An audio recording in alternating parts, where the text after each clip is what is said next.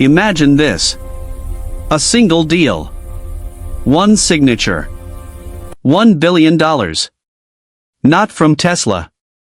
Not from BYD. Not from any Western giant. Straight from the Chinese government's deepest pockets into the bank account of a tiny, almost unknown American company called Maxwell Technologies. The official story? A strategic investment in next-generation ultracapacitors for electric vehicles. The unofficial story making engineers lose sleep at night?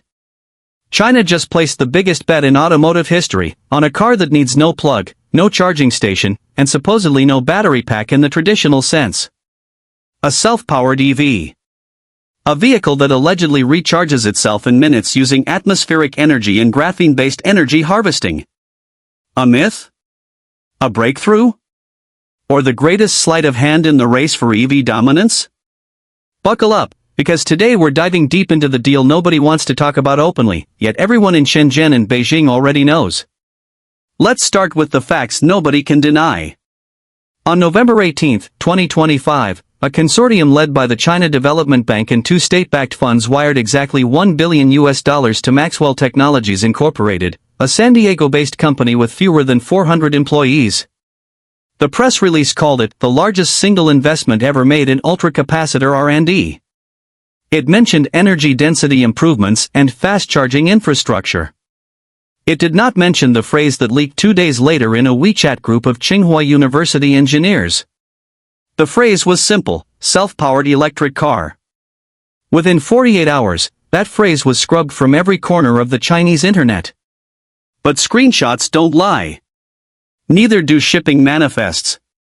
Because 3 weeks before the money moved, Maxwell quietly shipped 14 sea containers to the port of Shanghai. Customs declarations listed the contents as prototype energy modules, non-hazardous. Weight per module? Exactly 68 kilograms. Dimensions? Identical to the battery pack footprint of the BYD Seal. Coincidence? Keep listening. Here's where it gets insane. Maxwell Technologies was supposed to be dead. Tesla acquired them in 2019 for $218 million, mainly for their dry electrode tech. Then, in 2023, Tesla spun the ultracapacitor division back out as an independent company again after Musk called the tech not ready for prime time. The valuation at spin-out? $87 million. Today, after China's billion-dollar check? Private valuation whispers put them north of $12 billion overnight. That's a 138x return in 18 months, on paper. And nobody in Detroit or Stuttgart seems to have noticed. Yet. Now let's talk about the man at the center of this storm. Dr. Richard Kainer, UCLA professor, graphene legend, and until last month a silent advisor to Maxwell. He vanished from campus 3 weeks ago. His office is empty. His calendar is wiped. The only trace? A resignation email that reads, and I quote, "I have accepted a position that requires my full attention and temporary relocation." Where did he relocate? Room 1808, Carey Hotel Pudong, Shanghai. Registered under the name Li Wei. Same height, same beard, same UCLA lanyard spotted by a PhD student who happened to be there for a conference. You can't make this stuff up. So what exactly did China buy for $1 billion? Officially, licensing rights to Maxwell's new graphene aluminum ultracapacitor with an energy density of 580 Wh/kg. That alone would shatter every EV battery on the market.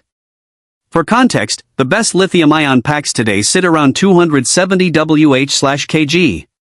580 would mean a 300-mile EV with a battery the size of a large pizza box. And 0 to 100% charge in under 4 minutes. That's already revolutionary. But here's the part Maxwell's own engineers are forbidden to discuss under freshly signed NDAs thicker than a phone book. The prototype modules shipped to Shanghai don't just store energy. They harvest it. From the air. From static electricity. From thermal gradients. From ambient radio waves. From piezoelectric motion of the suspension. The rumor inside the company calls it the Atmospheric Energy Recovery Array AERA for short. Combine that with the ultracapacitor's ability to accept charge at insane rates, and suddenly you have a car that can regenerate more energy in a day of driving than it actually consumes. Net positive energy balance. No plug. No range anxiety. Just drive forever. Or at least until the tires wear out. Is this even physically possible? Thermodynamics professors will scream no until they're blue in the face. You cannot create energy from nothing. But harvesting energy that already exists all around us? That's not creation. That's collection. Think solar panels, but invisible and working 24/7. Think regenerative braking on steroids. Think a car that slowly charges itself while parked under a cell tower. Sounds like sci-fi? It did, until the Chinese Ministry of Industry and Information Technology accidentally published, then deleted, a roadmap titled Self-Charging New Energy Vehicle Industrialization Plan 2026 to 2035. The PDF was live for exactly 37 minutes. Someone downloaded it. Page 9 lists Maxwell AERA module as the core technology. Target production, 800,000 units in 2027. Target range, unlimited under normal urban conditions. The document vanished, but the internet is forever. Now here's where we have to slow down and put the rumor hat on. Because everything up to this point is documented, leaked, or witnessed by multiple sources. What comes next is where the story splits into two parallel universes. Universe A, the one Beijing desperately wants you to believe. The technology is real. The physics checks out. China just leapfrogged the entire world by a decade. By 2028, Chinese cities will be filled with silent EVs that never need charging stations. The strategic petroleum reserve becomes irrelevant overnight. OPEC collapses. Western automakers go bankrupt trying to license a technology they laughed off for years. China achieves energy independence and crushes the competition in one move. That's the dream. That's the propaganda version. Now welcome to Universe B, the one whispered in San Diego bars by engineers who suddenly drive new Teslas they can't explain. In this version, the $1 billion wasn't for the tech. It was for the silence. Because the AERA module doesn't work. Not yet. Not even close. The atmospheric harvesting is real, but the numbers are tiny, maybe 400 watts on a good day with a tailwind and a thunderstorm. Enough to run the radio and the AC. Not enough to move a 4,000-pound car more than a few miles. The 580 Wh/kg ultracapacitors are also real, in a lab, at minus 20 degrees Celsius, for exactly 11 cycles before they explode. The shipping containers to Shanghai? Full of smoke and mirrors. Literal mirrors, aluminum-coated mylar sheets designed to fake thermal signatures for satellite surveillance. Dr. Kainer in Shanghai? He's not there to build cars. He's there to negotiate how big his golden parachute will be when the whole thing collapses. The deleted roadmap? A decoy to scare Western investors into overpaying for EV stocks that are about to become worthless.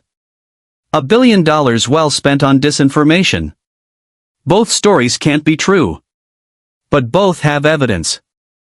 Universe A has the money trail, the shipping manifests, the vanished professors, the leaked roadmaps. Universe B has the laws of physics, the skeptical engineers, the history of vaporware, and every failed self-charging prototype since the 1970s. So which is it? Here's the craziest part. It might be both. At the same time.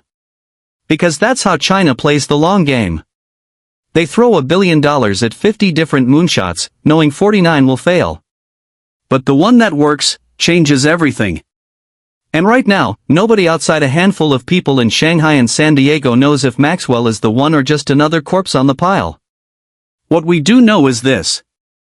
CATL just announced a $400 million competitor analysis fund explicitly targeting graphene ultracapacitor threats. Tesla quietly rehired 3 former Maxwell engineers last week at triple salary, under special projects. And the U.S. Department of Energy suddenly classified atmospheric energy harvesting as a national security technology 2 days ago. Something is happening. Something big. Something that will either make China untouchable, or waste $1 billion they printed last Tuesday. So is this the end of gas stations forever? Or the greatest financial magic trick in automotive history? Right now, the smart money is split 50-50ths. And that's exactly why this story is just beginning. Because when the world's biggest economy bets $1 billion on a car that charges itself from thin air, whether it works or not, the shockwaves are going to be felt for decades. The only question left is, which universe are we living in? Drop your guess in the comments. And if you want to be here the moment we find out, hit that subscribe button. Because when this either becomes the biggest I told you so in history, or the biggest told you it was fake in history, you're not going to want to miss it. See you in the next one.